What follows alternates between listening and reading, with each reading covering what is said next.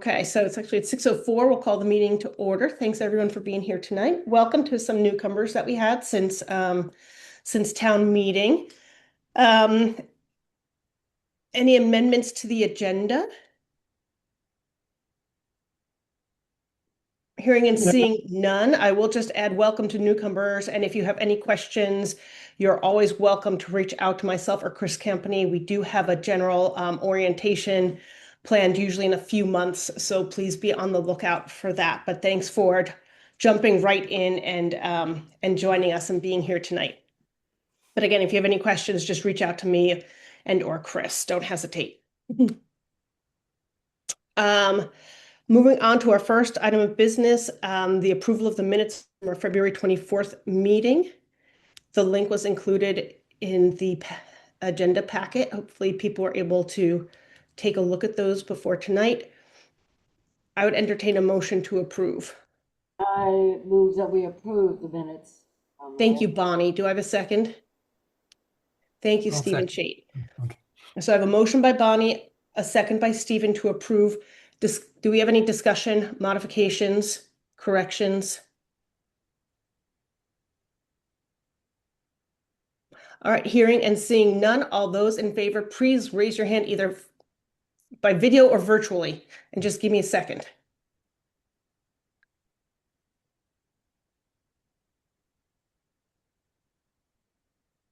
Okay, I do not see, I'm just gonna do it this way, Peter Barris, Stanley Noga, Suzanne, Steve Abstain. Lemke, Andy Snelling. Okay? Or Ann Abstain. Manwaring, unless you put your hand down. I did not attend the meeting. That's fine, that's what I figured. So I'm gonna give you, so everybody who approved, put your hands down.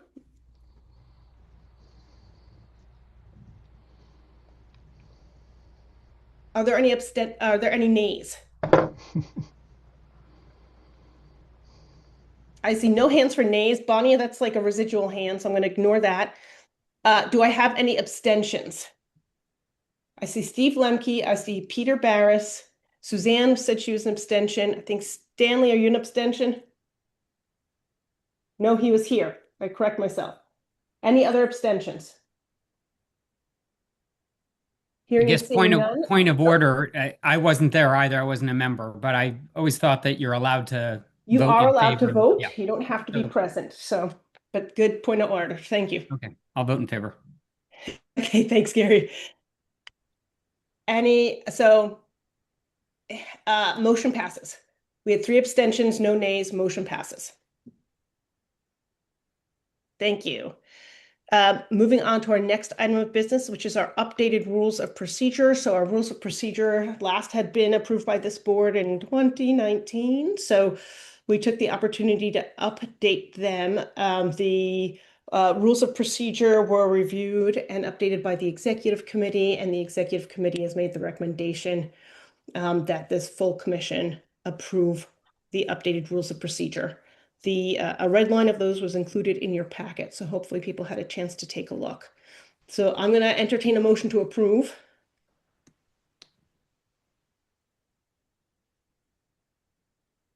So moved. Thank you, Rick. Do I have a second? Steve Lemke. I'll second. Okay, or Gary, thank you.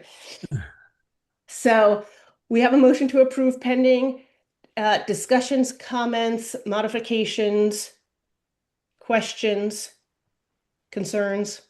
You want me to give it in a nutshell, Gabby? Sure. Yeah, so I mean, I think I've explained it in the cover email, but basically, we just need to clarify a few things. We actually last updated this in 2020. It just needed to be updated again in this era of more hybrid meetings. Those were the main changes, just clarifying some procedural matters there. Yeah, so that's it in a nutshell, in case anybody was wondering. Thanks, Chris. Anyone have any questions? I'm not seeing any hands. Okay, with that, all those in favor of approval of the updated rules of procedure, raise your physical or virtual hand and give me a second, please.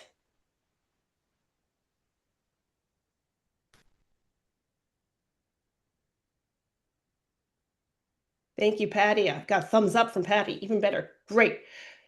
Hands down. I think I saw everybody except Steve Lemke. You're muted, Steve. Still muted, Steve. Still muted. I approve.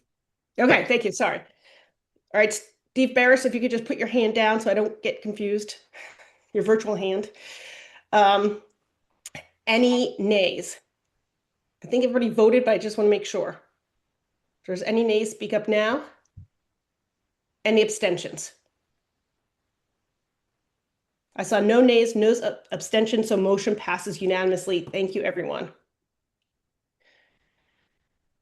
Moving on to our next item of business, which is the proposed regional plan update and adoption process and schedule. I will turn that over to Chris, and Alyssa's here with us tonight, as is Matt, to help with that presentation. Yeah, so I'll just give a very brief intro and then I'll hand it over. Matt, am I handing it over to you first? Is that correct? Yeah, I'll start off the presentation. Okay. So you guys may recall the commission adopted a new updated regional plan in June of last year, so it's not quite a year old. What this process is ostensibly doing is bringing that plan that you guys, most of you, many of you, that the commission approved last year into compliance with Act 181. And this is primarily in the areas of updating the future land use map in order to bring it into the under Act 181, there to be consistent land use area, future land use areas. Fortunately for us, the future land use area categories that Act 181 requires are remarkably similar to what we've used, not only for the update that was approved in 2025, but also actually going back really to 1996. So it's very familiar. And then the other main primary changes are housing targets for the region and allocations by town. And then last but not least, environmental benefits and burdens assessment. And Matt will get into that in detail. One of the things I just want to note, and again, I said this in the cover email, it looks Tier 3 and the road rule, around which there's been much discussion both within the commission and throughout the state, don't really relate to the regional plan at all. And it looks like those two items are on their way to either being delayed or repealed. It seems like repeal is the direction they're most likely going in. That may have changed today, but the press, according to the press, with the House Environment Committee chair being open to repealing those two items, it seems like that may be the trajectory. But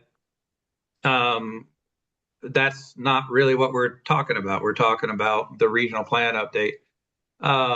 So I'm going to hand it over to Matt to get us rolling. Yeah, thanks, Chris. I just sent a request to share my screen. Yeah, but I'll make Alyssa co-host those too. Okay. Oops, she just disappeared. Let's see. I'll find you, Alyssa. Okay. Okay. So I'll get started here. So just briefly, as Chris mentioned, our most current regional plan was adopted by the commission back on July 29th of 2025. And just I know we have some new commissioners that have joined the commission since the last regional plan update. So just briefly, regional plans are required by statute to include certain plan elements. They're the same required plan elements within town plans. So if in your community you've worked on a town plan or are familiar with your town plan, our regional plan covers those same topics, but at the regional level. So land use, transportation, natural resources, housing, those topics are all included in our plan. And regional plans are also, they're required to address the same statewide planning goals that municipal plans are. So our regional plan is also working towards those same state land use planning goals that are in statute as municipal plans. So the regional plans and municipal plans are kind of working in tandem, just at different geographical levels. Um, the regional plan provides policy guidance on growth and development in our region. So we have sets of policies for each of the different plan elements that support the broader goals for the regional plan. And it establishes the basis for WRC actions and our work program priorities that are approved by the commission on an annual basis. So the regional plan is regularly looked at as we develop our work program for the year. It also serves as a policy basis for when we participate in Act 250 or Section 248 projects that are regionally significant. So with those proposals, we look to the policies within our regional plan to determine how our policies support or may have concerns about a proposed project within the region. It's important to note our regional plan is advisory only, so we do not have any permitting or regulatory authority. So we don't have any regional zoning bylaws. So unlike a town that would implement their zoning bylaws based on their town plan, we don't have regional land use regulations that come out of the regional plan. I just wanted to provide that context for new commissioners this evening. So as Chris mentioned, with the passage of Act 181 in 2024, that piece of legislation did have several specific requirements for regional planning commissions in terms of their regional plans and what needs to be included in the plans. So in addition to the new Act 250 tier system and changes to the state designation program, all regional planning commissions are required to update their plans to have that consistent statewide future land use framework. So all regional planning commissions are using the same land use categories statewide, and those land use districts are now defined in statute. We also need to incorporate regional housing targets provided by the Vermont Housing Finance Agency within our plan. And then we also have to break down regional targets at the municipal level and include those in the plan as well.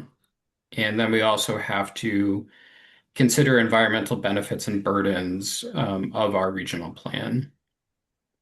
Act 181 requires that regional planning commissions adopt a plan that's compliant with Act 181 by December 31st of this year. Another big change in Act 181 is previously commissions adopted their plans and there was not a state level review and approval of regional plans. But with the changes in Act 181, the State Land Use Review Board will now be reviewing and approving our plan once it's adopted. Hey, Matt, Yep. not to put you on the spot, but if you can remember, what are the consequences if a regional plan is not adopted by the RPC by that date? I believe the main consequence is there would be a lapse. There may be a lapse in the eligibility under the state designation program for designated village centers and designated downtowns. I believe that's the only thing. I think that's right, and that has consequences for access to tax credits and other things that benefit the designated centers. So just Right. want to note that it doesn't, that if we're unable as a commission to adopt a plan in order to get it to the LURB to be approved, there are real world consequences to it. It's not, we don't just get a pass. So I'll just briefly walk through the three more significant changes to the regional plan. So for commissioners that were involved in the 2025 regional plan update, that was a pretty extensive update to our regional plan. At that time when we adopted the plan in 2025, the plan was fully compliant with statute requirements for what needs to be included in the plan and addressing the statewide planning goals. So this update process is very focused just on the Act 181 changes. And so those are a lot of those changes are in our land use chapter. So we are needing to update our existing future land use district descriptions to use the new Act 181 regional future land use categories. As Chris mentioned, there's a lot of similarity between our existing districts and the Act 181 districts. And so there's new names for these land use categories, but the intention behind them is very similar. So there weren't significant changes just in terms of making those updates. We also needed to update our regional future land use map using those new categories. And we've been holding meetings with towns in the region to review the draft maps and make revisions based on input from the communities in our region.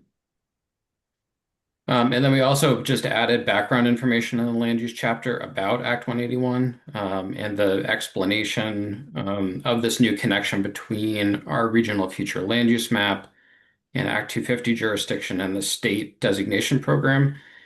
Now, depending on what happens with the legislation around Tier 3 and the road rule, we would need to make some updates to this chapter potentially because it does discuss just the role of Tier 3, even though it's not related to the regional plan.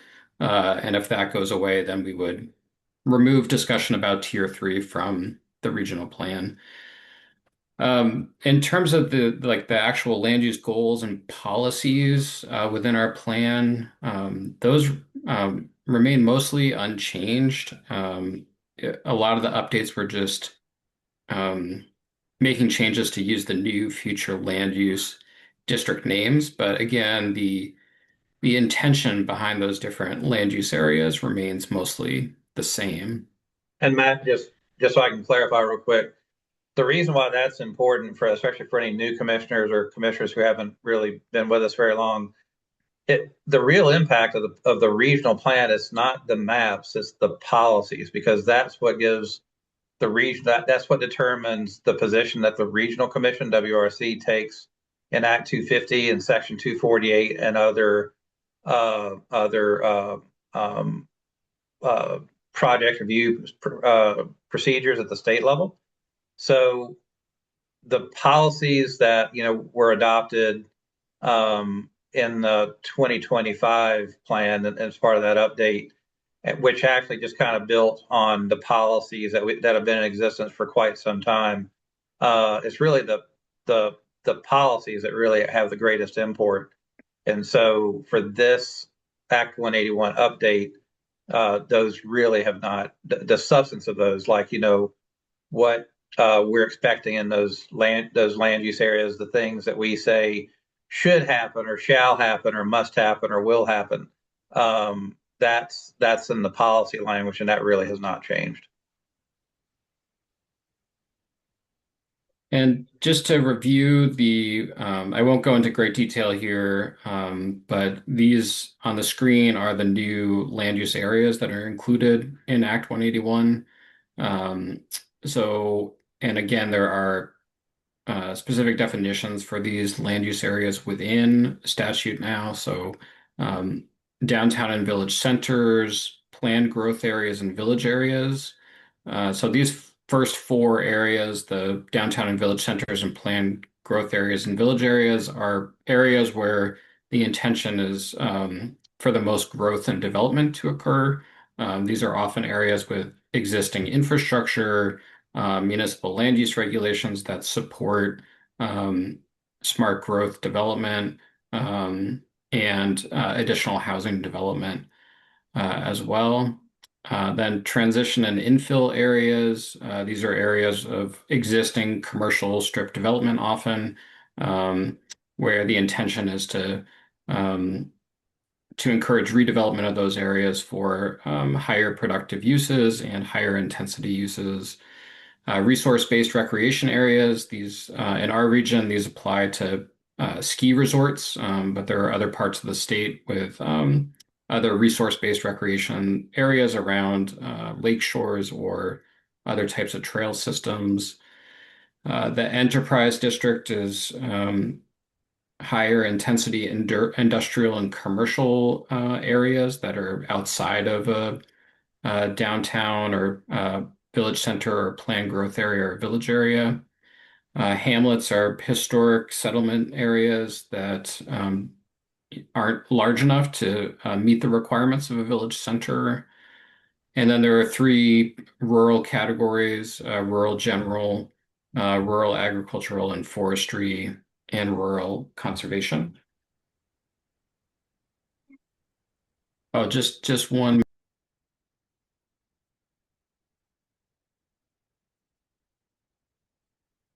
Matt? Sorry, I'm at home with a child who just had Oh, a okay. question. So sorry, I'm back. No problem. So this is a draft of our updated regional future land use map. And this is available on our website to review. And we have a PDF version of the map, which is shown here, and also an interactive online version of the map that allows you to zoom in and look at areas in more detail. But this is you'll see in the legend, those are the different land use categories that I just walked through. So I would encourage commissioners to take time to look at the draft map on our website. And just to do a side-by-side comparison, so the map on the left-hand side, this is the adopted future land use map in our 2025 regional plan with our existing land use categories. And then the 2026 plan is shown on the right. And so you can kind of see the similarities between the two. Obviously, there's a different color scheme. All the regional planning commissions are now required to use the same colors for the different land use areas. So we do have a different color scheme and different names for the districts, but there's a lot of similarities between the two maps. And Matt, can you just briefly go back? One of the things that we had to do was map part by parcel boundary, right? So, in many areas, we are following parcel lines, but there are many examples too of larger properties where there might be kind of multiple future land use areas that are appropriate for that larger property. Often that's a property that has a road frontage and maybe some existing residential development along the road frontage, but then may have a large forest area towards the rear of the lot that might be divided between rural general and rural ag and forestry, for example. So at times we follow property lines, at times we follow just existing transitions in terms of land uses. Gabby Ann has her hand up. Did you Yeah, want to take questions now, or did Yep. you want to do it at the end? No, I mean, Matt, if you don't mind, I think we could, if we take questions as they come in case they're related to a specific slide, if that's all right. Yeah, that's fine. Okay, Anne? Thank you. My question has to do with, and this may be happening later, and I'm being preemptive here, so I apologize. But I'm curious about how all of these frameworks, which are intended to bring some level of basic control against all the policies you're talking about here, how has the flood mapping been overlaid with all of this that will probably also change what one can do in these designated areas? Yeah, that's a good question, Anne. So on the online interactive map, we do have the floodplain and river corridor overlay that's shown on that map. We're not showing it on the PDF version of the map just because it just got too busy to include that on the map. But that is on the interactive map, and our regional plan does have existing policies in terms of development within flood hazard and river corridor areas.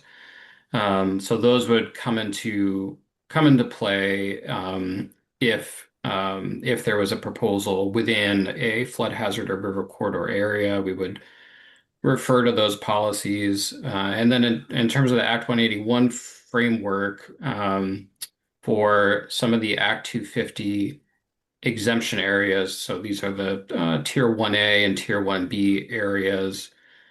Act 181 does have requirements for towns to have flood hazard and river corridor bylaws in place in order to be exempt from Act 250 in those areas. So that's also a requirement just in terms of the Act 250 exemptions.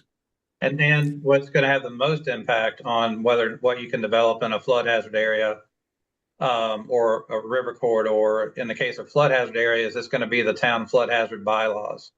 The regional plan is not going to be determinative in that. It's going to be, we're only going to weigh in if a project is determined to be regionally significant. And so that would be a really big project, but it's going to be the town flood hazard bylaws that are going to control. And most of our towns now have flood hazard bylaws. So that's really what you need to look to as far as what restrictions are going to exist in the flood hazard areas. River corridors, the state's going to take over. If the towns don't have their own river corridor bylaws, the state is going to be taking over regulation of development in river corridors in January 2028, unless there's an extension of that was in the Flood Safety Act, unless they extend that out and push it out a bit. But nothing about the regional plan is really going to dictate what you can or can't do in a flood hazard area or river corridor. So that will have been determined prior to the regional commission ever getting a plan to review. That would have already been accommodated before you even see the proposed project. Is that correct? Yes, and the likelihood, again, like for a business in a downtown or something, or a property in a river corridor in a flood hazard area, it's going to be really the municipal flood hazard bylaws that take, and river corridor bylaws if they have them, that go first. And then, like I say, the state's going to take over regulating the river corridor. So the probability of us, to answer your question, the probability of us weighing in on that is not, it's going to be for a pretty major project that the project review committee is going to say, hey, this is a project of regional significance. Thank you. Yes, ma'am. Chris, I could just add a couple of things Sure. on that. Just in terms of Act 250 or 248, the state has, even if a town doesn't have river corridor bylaws currently, if the project is going through one of those permitting processes, they are required to adhere to the state standards for river corridors. So, I mean, that doesn't mean that the project comes forward to us with it already addressed, but through the permitting process, they will be required to address whatever the state standards, whatever the state tells them to do. So in order to get the permit. So, we rely on the state to make those calls, but, we sometimes do see projects where that's a concern for sure. And just to talk about Sue the raised her relation. hand. Hold on just one second, because Sue Feeling has her hand up. So I'm not sure if it's related to this conversation, Sue. Sorry, I'm struggling to find on my laptop keypad. Anyway, no, it's a question actually about the mapping and specifically about the transition or infill areas. So I don't know if you want to take it at another time. No, this is probably a good time to All respond to right. it. Yeah. So I was reading through the draft plan earlier, and Brattleboro has a small area of transition. Um, and then I was just looking at the interactive map, and I guess I'm wondering why was something, how was a decision made to put something in a transition infill area versus a planned growth area? And like, I guess specifically in Brattleboro's case, right, it's the area north of exit one. I understand there's not a whole lot of planning done, but there is water and sewer, and it's such a minor area. And then when I look at something like Wilmington, like they don't have a planned growth area, and they have, a downtown center that is pretty heavily constrained with floodplain. So, why wouldn't they have a planned growth area rather than a transition or infill area? And I know everybody's individual plans. That is the one category that I really don't Yeah. understand very well. And Yeah, no, it's a good question. So for Wilmington, and I'll go back to this map just so it's a little easier to see. We don't have a lot of transition or infill areas on our map. The largest areas right now are in Wilmington and in West Dover. One reason, and Sue, I'll get back to the question too about transition infill in Brattleboro. But one reason why we've mapped transition or infill areas in Wilmington and Westover is those areas that are shown as transition or infill, I think would be good areas for planned growth area because for Wilmington, those areas have water and wastewater or are planned for water and wastewater kind of on the eastern end of town. Westover has wastewater infrastructure, but they don't have municipal water infrastructure in Westover. But to be eligible for a planned growth area, a town needs to have subdivision bylaws. In Wilmington and Westover, or excuse me, Wilmington and Dover do not have subdivision bylaws. They have zoning bylaws, but they don't have subdivision regulations that meet the state requirements.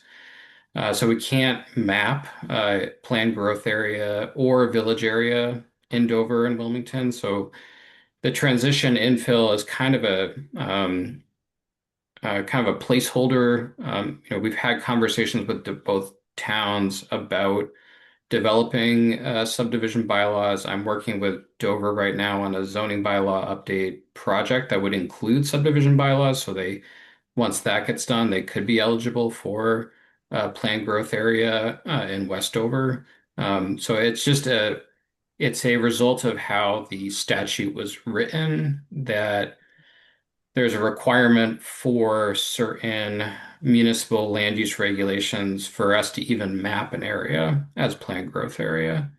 And then for Brattleboro, honestly, when we began the mapping process, Brattleboro was the first town we mapped. And I think our thinking about transition or infill has evolved over that period of time.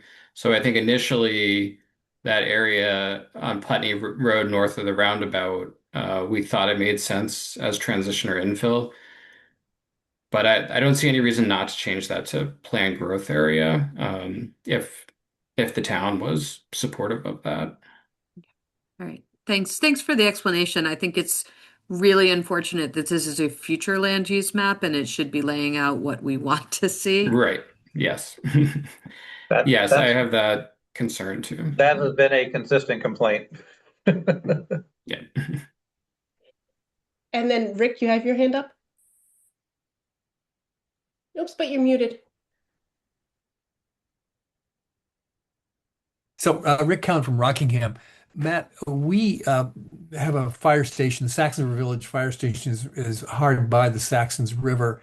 And I'm wondering about the grandfather, if we need to expand, improve that fire station It's I think in Irene the water came maybe within 10 feet of the building, and we have public we have wastewater but not public water at that site.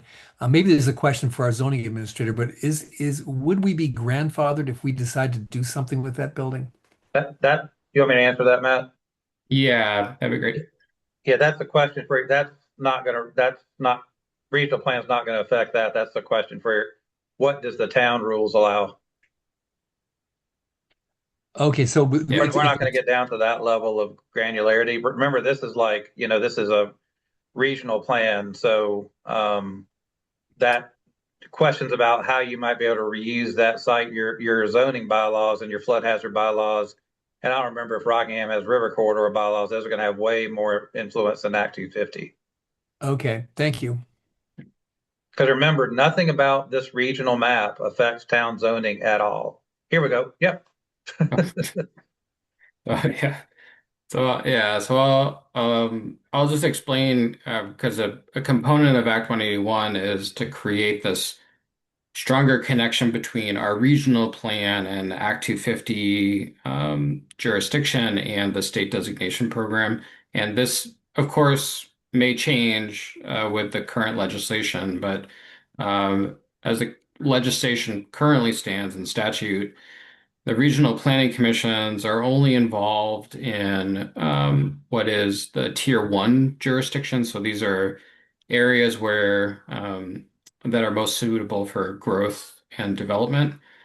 So we are mapping areas that are eligible for Tier 1A or 1B exemption. So those are the village and downtown centers, planned growth areas, and village areas. Tier 1B provides exemptions for up to 50 residential units. So any project with up to 50 units. And then Tier 1A provides full exemption from Act 250.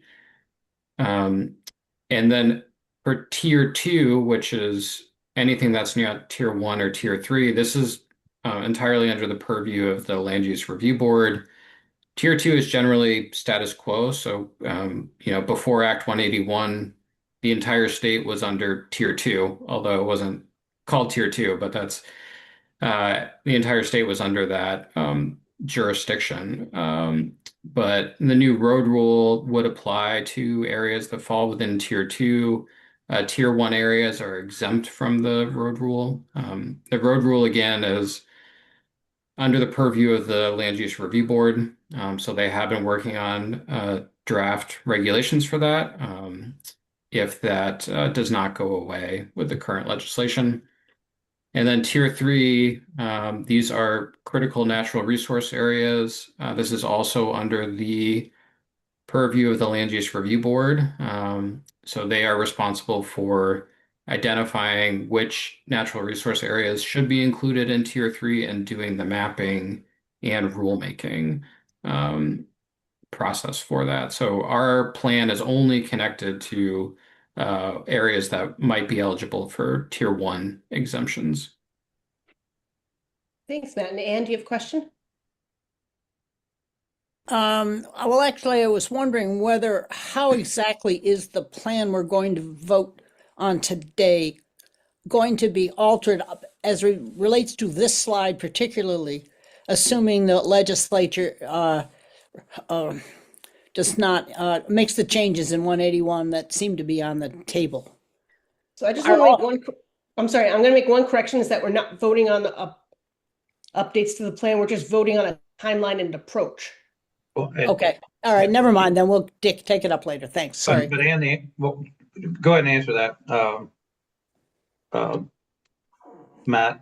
Yeah. Just briefly, the current legislation, if that gets approved, the only impact to our current draft plan is just kind of updating some of the narrative, explaining Act 181, because our map is only related to the Tier 1 areas, and as of now, there are no changes to what's laid out in the statute for Tier 1. So I think it's really just in how we explain Act 181 in our plan. That's the only change I can see. Yeah, I mean, it's what he's talking about is literally just the description of what Act 181 says.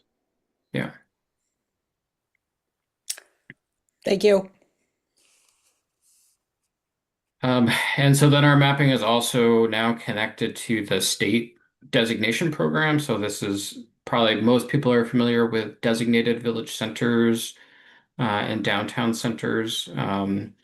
So with these changes, designated downtowns and village centers that are existing today become centers under the program, and planned growth areas, or excuse me, neighborhood development areas will become neighborhoods. Going forward, any area we map as a downtown or village center is automatically enrolled in the center designation program. And areas we map as planned growth or village area become designated neighborhoods under that program. So there's not a application process that towns will need to go through anymore once our plan is approved by the Land Use Review Board. And we mentioned some of this before, but the main benefits, there's tax credit funding for property owners within those areas. Towns get state grant funding priority. And there's also water and wastewater permit fee reductions. There are other benefits as well to being enrolled in that program. And Matt, those designations are non-regulatory, right? That's correct. There's no regulatory aspect of them. They're really just providing benefits for municipalities. Yeah, Andy, you had a question?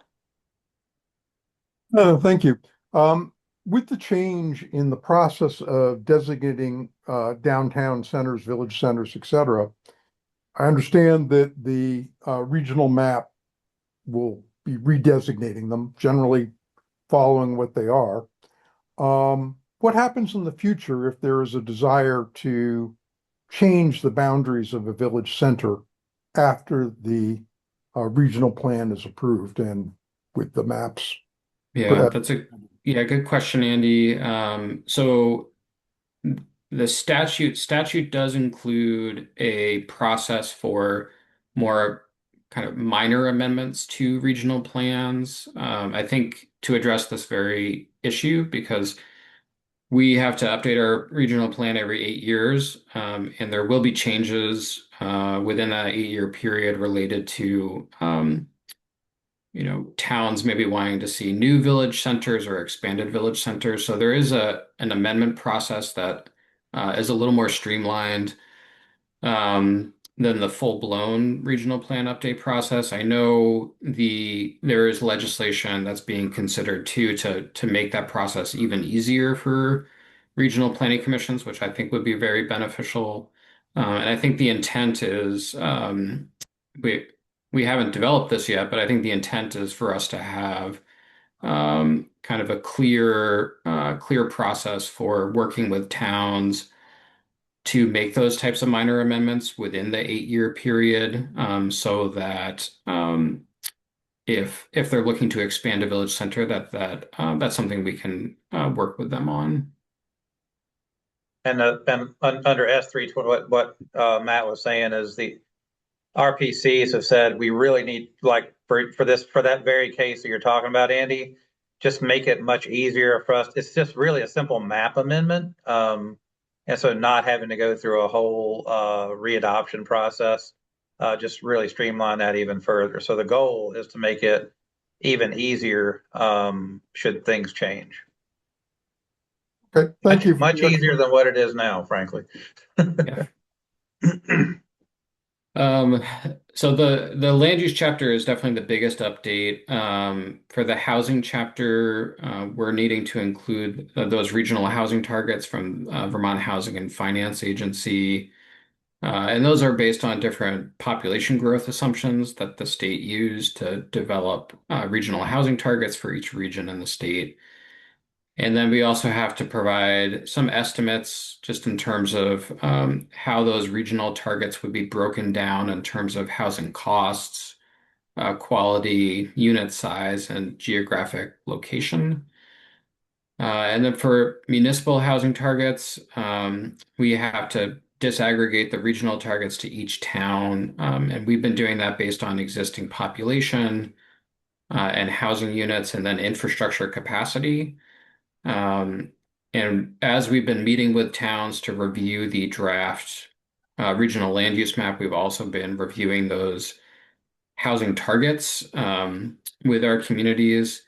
It's important to note, and we've been emphasizing this with towns, that the regional and town housing targets are only for planning purposes only. So there's no requirement that we as a region or towns meet those housing targets, and we're not monitoring housing production. So they're really just kind of aspirational numbers. And then the final update, more kind of significant update. Oops. So in Act 181, RPCs are now required to consider the environmental benefits and burdens of the proposed regional plan. And so what we did is we did an analysis of census tracts in our region that meet the environmental justice focused population, which is defined in statute.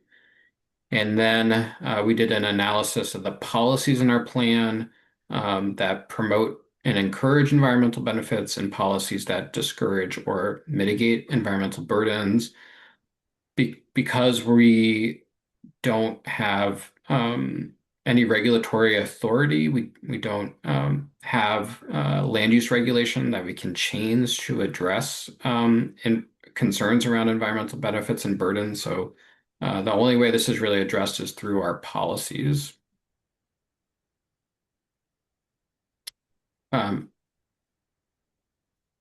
And just to look at the environmental justice focused population map, so to give you a sense of where those areas are. So areas shown in yellow, these are census tracts where 1% or more of households have limited English language proficiency. The blue census tracts have median household incomes that are 80% or less of the state's median household income. And then areas in red have non-white populations greater than 10%. So you can see there's some census tracts where there are multiple criteria that are met.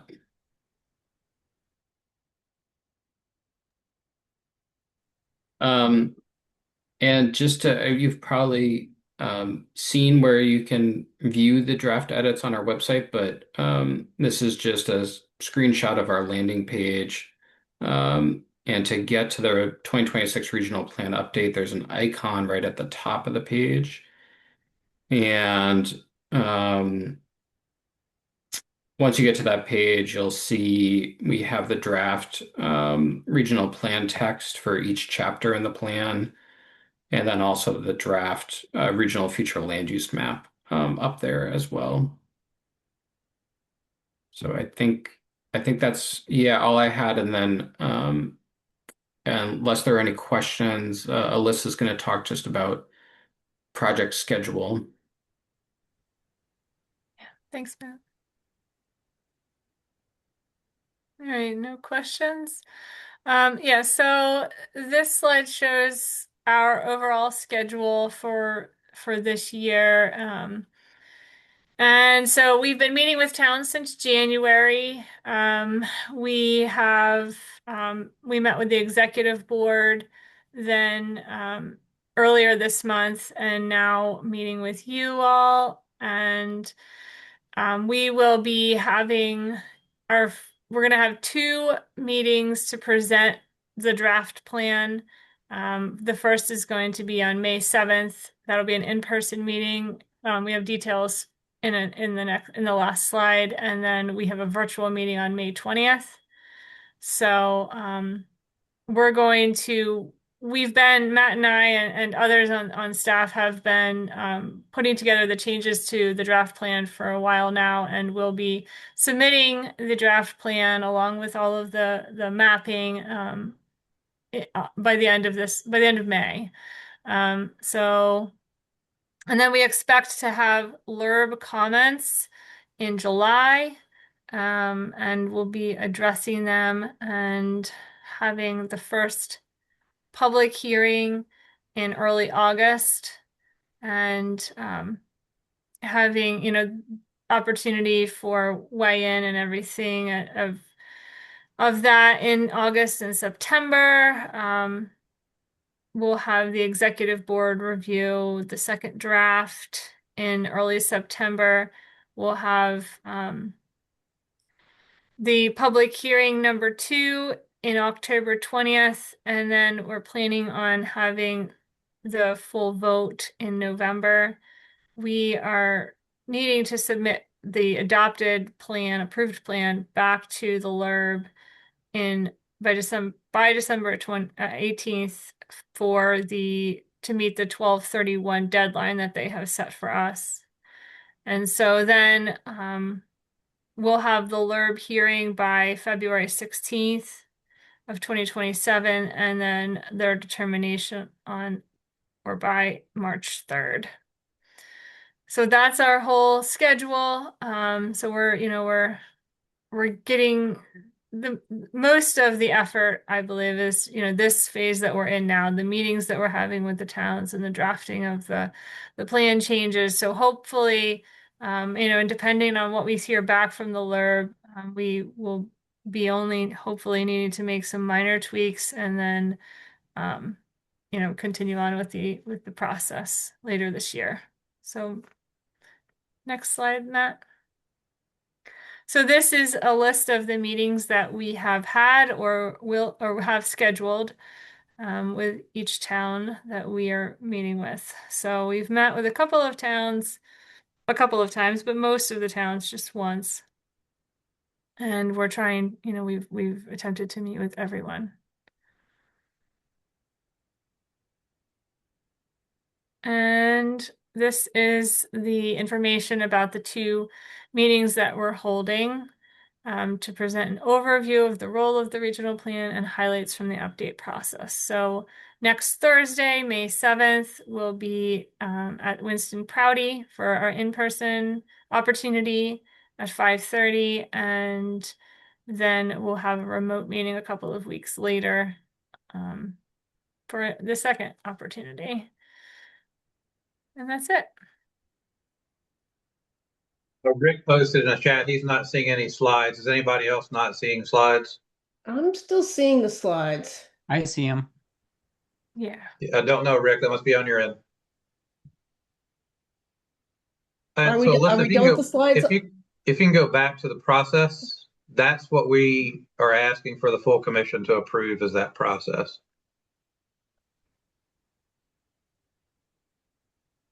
Are there any questions or concerned about the timeline or the approach that we're taking?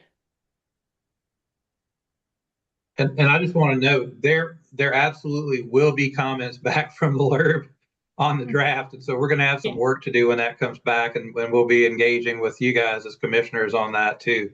So that's why we need to get the draft in to them so we can see what they have to say, and make and deliberate any potential changes. Yeah, Gary? More a question about, and sorry if others know this, but my role as the commissioner here. So you've already met with the Londonderry Select Board once. Is that it? Am I supposed to be reaching out to Londonderry Planning Commission and so forth between now and, I guess November, to make sure that as this process continues, they're up to speed on how things are changing, what comments the LURB had, all of that? Yeah, it's a good question, Gary. So yeah, I met with the Londonderry Select Board a few weeks ago, and we reviewed the draft map, and I shared that with the town administrator as well. And there weren't any proposed changes at this point to the map. What I have been telling towns is, asking for proposed changes, obviously before we submit the draft plan to the Land Use Review Board. But there would be an opportunity to, once we get comments back from the Land Use Review Board, if towns see an additional change they want to make, we can still make changes up until when we're finalizing the plan. The only concern there is we don't have that opportunity for the Land Use Review Board to review that version of the map before we submit a final one. But if it's a minor change to the map, I wouldn't see it being an issue with the Land Use Review Board. So I think once we get comments back from the Land Use Review Board, I know they will have comments on our map that will require us to make changes. And our plan is to reach out to towns that are going to be impacted by those changes to explain, this is the feedback we got from the Land Use Review Board. These are the changes we think we need to make, and just to make sure they understand what those changes are. And Gary, we would loop all commissioners, we'll loop the commissioners into that process, but you're not expected to suddenly become an expert on LURB comments or what the proposed changes are. So we would, so it wouldn't be on you to have to be the emissary for the from the commission to your towns. We would be synthesizing the comments we get, explaining to towns what it means and get their feedback on it. So it won't fall to you, but we would, and you can certainly do that too. You can play as big a role as you want, but don't worry about that burden falling on you. Did that answer your question? Yeah, sure. No, that's fine. Thank you. Any other questions about the process or rules, Andy? I appreciate having this all laid out so nicely and being able to see the timeline as it goes forth, and to see that, we're planning a November vote on it before the board. I'm curious as what it is you're looking for as far as approval of this timeline, and why that is necessary. I mean, I think that we just wanted to make sure a vote to make sure all the towns were on board and understood the process and the schedule. Not towns, commissioners. Sorry, commissioners, my bad. Thank you. So while it's not like that, I think it's more like an overarching sort of policy, decision right now. Like, are we all okay with this timeline, or do we have concerns? And we want to make sure also that everybody understood where, how this was going to happen, and to, make sure everybody understood that we were going to make our, the deadline, the December 31st deadline, that we had a plan to do so.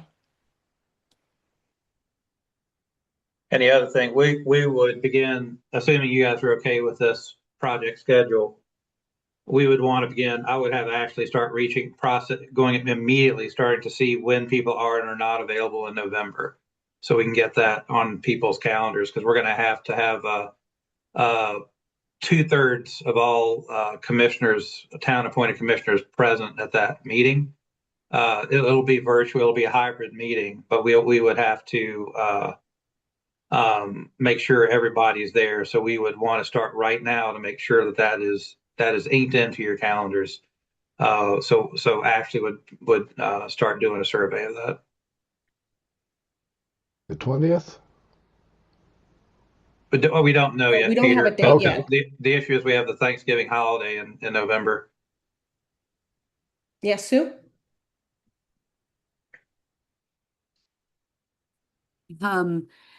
So I think the schedule looks good. I'm curious if you talked with the LURB and think it's reasonable for the amount of time that you've given them for comments. And then my only other question is, do you want a motion on this, or you just want head nods, or what? Yeah, I know in statute the LURB has 60 days. Sorry, just one. It's okay. Sorry. Yeah, in statute, the Land Use Review Board has 60 days to review and comment on the plans, and so far several RPCs have gone through the review process, and the LURB has taken that full 60 days. So that's what we're expecting. At the RPC, we've tried to help them by somewhat staggering these things. But Matt, I'm not, and Alyssa, I'm not remember off the top of my head. I think there's kind of a cluster going into them right about now. Yeah, there's going to be a few in between May, June, early July. There's going to be, I think, 3 or 4. So Yeah, they did offer one RPC to push out their deadline a little bit, and they did accept that offer. So who knows? But I think that we're going to be past the cluster, and we're the last ones, right, Matt? well, yeah, it's kind of evolving. I don't think we're the last ones anymore. So Oh, yeah. okay. Interesting. And then to answer the second part of your question is, yes, I'd be looking for a motion that we approve this proposed schedule and approach. Gabby, do you want a motion now? That'd be perfect. I mean, we can still take questions, obviously, but yes. Okay, I move to approve the regional plan adoption schedule as proposed. Thanks. Do I have a second? Yeah, I'm happy to second. Second. All right, I heard Stanley first, so Stanley gets the second. Any additional concerns, questions, comments? All right, hearing and seeing none, all those in favor of the proposed schedule, raise your hand, either physically or virtually. Matt, do you want to drop that? Can you quit the screen share? Yes. All right. Thank you. Hands down. Thanks everyone for coming back to your screens. Any opposed? All right, I don't see any opposed. Any abstentions? Peter, you're abstaining? So we have one abstention, motion passes. Thank you all. Thank you all so much I know it's a complex process, so really appreciate your patience and understanding and grace. And Alyssa, are you still here? Yeah, Can you hang out for my executive director's report for a second? sure. Okay. And just thanks to Matt and Alyssa and Chris. I know Alyssa and Matt made this presentation to the executive board a couple weeks ago. So thanks to them for putting this all together. Well done. Yeah, the whole team has done a great job and really appreciate it. And Matt, I think you have some kids to get to. I do. So yeah, appreciate the patience. I'm gonna sign off. So nice to see everyone. Thank you. Yeah. All right, with that, we're going to move on to the executive director's report. All right, so we've got some big news about some big changes that are happening.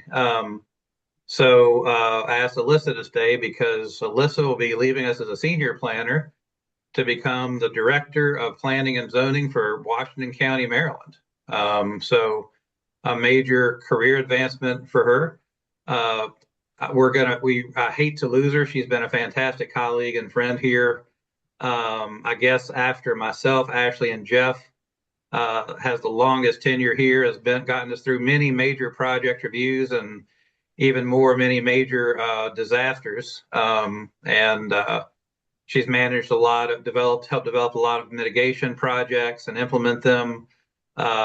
She's just done an absolutely fantastic job, and she came here, relatively fresh to the profession, and so great to see her I'm glad that she put her hat into the ring for that opportunity, and that I think she'll do fantastic. For folk who don't know, Washington County, Maryland, that's where Hagerstown is located. So if you've driven on 81 through the Panhandle, you've driven through part of Washington County. Alyssa, you want to say anything?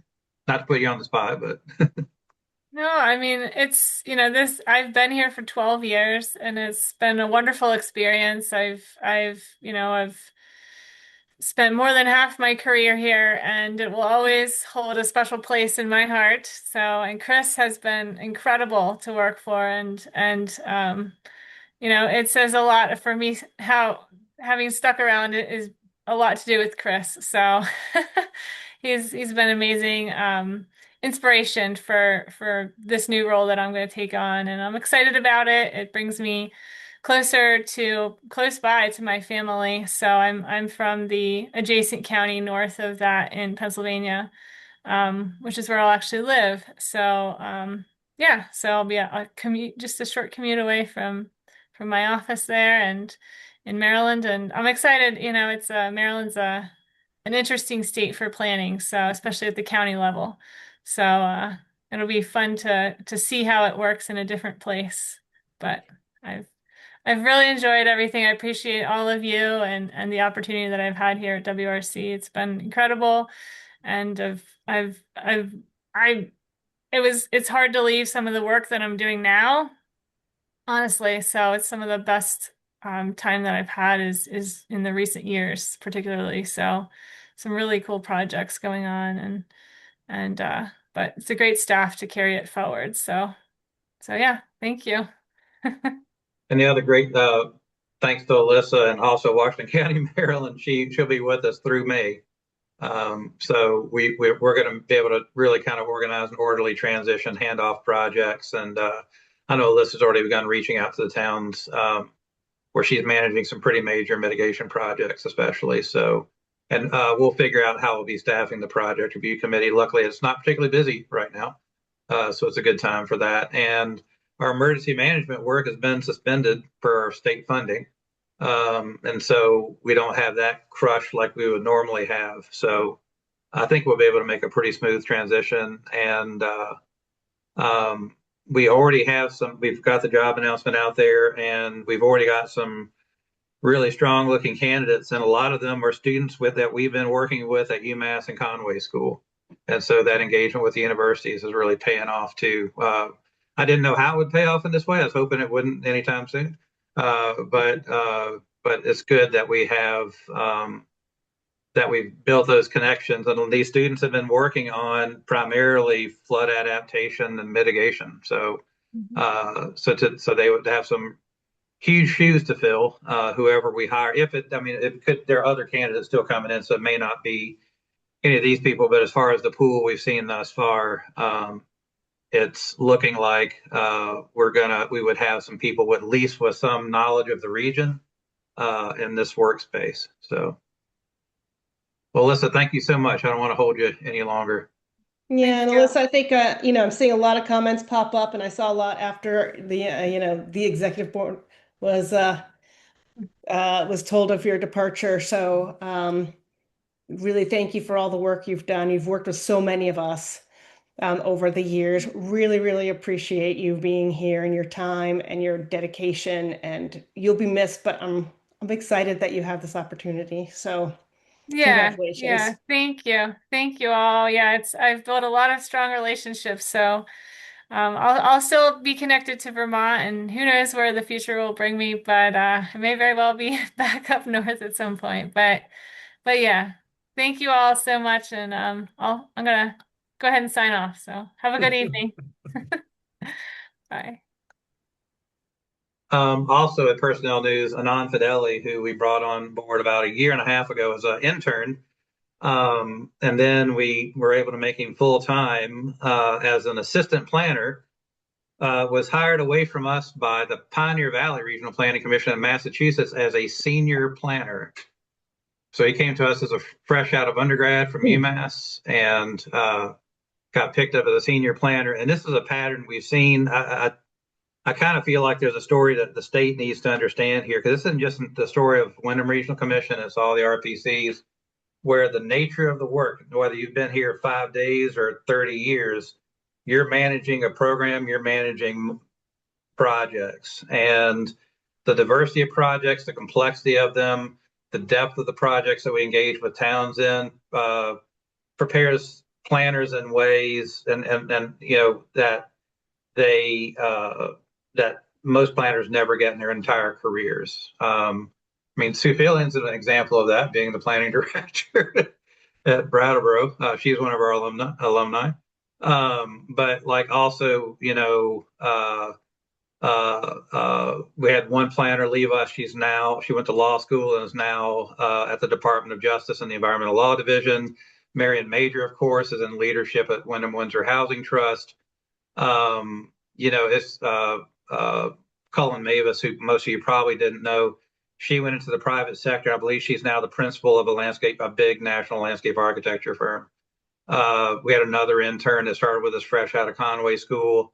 2 years after she left us, she was heading. I was asked for her to be a reference for her for senior planner for City of San Diego. So that's what happens. We train them. We're like a farm team for the most awesome planners in the world. So, and Sue, I'm looking at you too, because I just have to give you kudos because I wasn't here when you were here, but the planning department in Brattleboro, the planning that Brattleboro has done is in the state of Vermont, I would say is exemplary. So I always hate to see people go, but I love that we've got a cadre of colleagues out there who are continuing to do great work out there in the world. So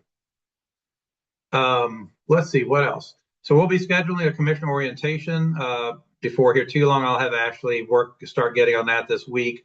It's primarily for new commissioners, but current commissioners are always welcome to get a refresher.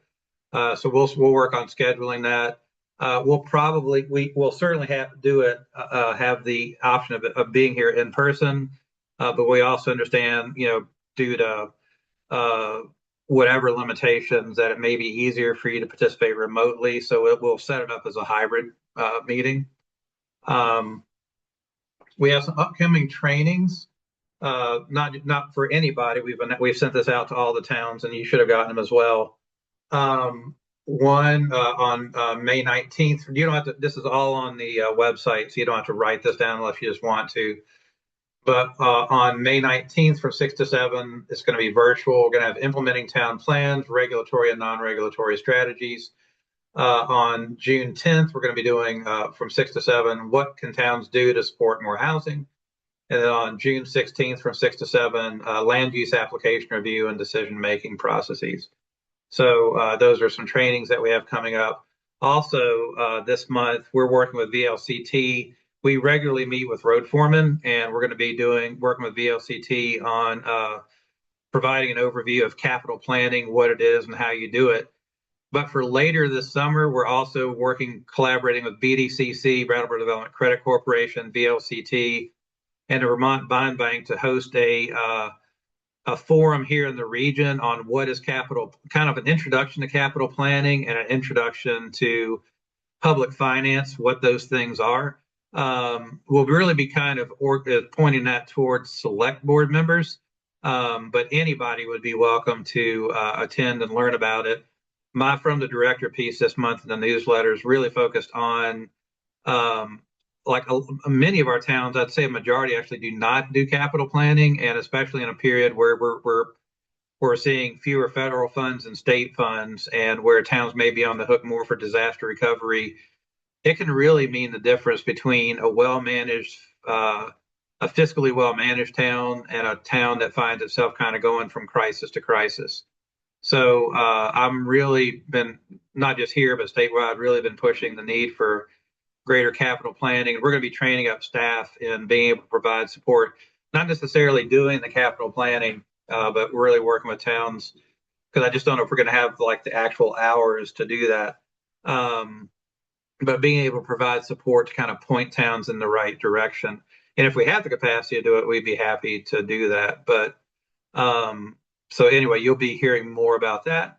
And last but not least, we received our audit. It was clean, no findings. The finance committee has reviewed it, and they've recommended that the executive board accept it. So that'll be going to the executive board at their next meeting, and ultimately it'll be coming to the full commission for your review and acceptance as well. But we're in good standing in terms of our financial procedures. Ann, I don't know if you want to say, Ann Golub, I don't know if you want to say anything about that as treasurer. No, just that it was very pleasing to see that the audit came back clean, and Inessa and the team do a great job. Right. That's all I have, Gabby. Right. Thanks. That's great news. Next item on our agenda is Project Review Committee report. The chair, Jim Pinkerton, couldn't be here tonight, but I will tell you a direct quote from his update at our April executive board meeting a few weeks ago. Quote, he noted that not much is happening. So I don't think there's anything anything more to be said on that one. So get out there and drum up some business. That committee has not met since February, so I think projects are slow right now. Moving on to the chair's report, I don't have too much, except I did want to make sure everybody was aware that the executive board did just approve revised commissioner handbook and commissioner job description. And I want to give a huge shout out to Steve Lemke for leading that charge over the past several months, and the executive board members who helped him revise it numerous times. I think he did a huge job with making the handbook easy to read, clear, and sort of putting them into segments that were readable. So I really, really appreciate, thank you again, Steve Lemke, for doing that. And I don't want to speak for him, but I'm guessing if new commissioners, I'd encourage you strongly to take a look at those documents. They are on our website, and I know because I was CC'd on the emails welcoming you that they were also part of those emails. So I highly encourage you to take a look at those documents, and I'm guessing that Steve would be very open to comments. We tried to take a look at them from a new commissioner standpoint, but we're all sort of old commissioners, so sometimes it's difficult. Steve? It's always a work in progress, and it's online to take changes and updates. So by all means, any comments, small or large, are appreciated. Thank you. And that's all that I had to report on. So we'll move on to public comment. Anyone have a public comment, something that you want to bring up that was not on the agenda? Hearing and seeing none, I'd entertain a motion to adjourn. Thank you, Steve. Do I have a second? Second. Thank you, Andy. Non-debatable motion. All those in favor, raise your hand. Physical or virtual? Thank you. Any opposed? Seeing none, that looks like unanimous motion. We are adjourned at 7:20 p.m. Have a great night, everyone, and Thank y'all. see you at the next commission meeting. Thank you. Bye, y'all. You.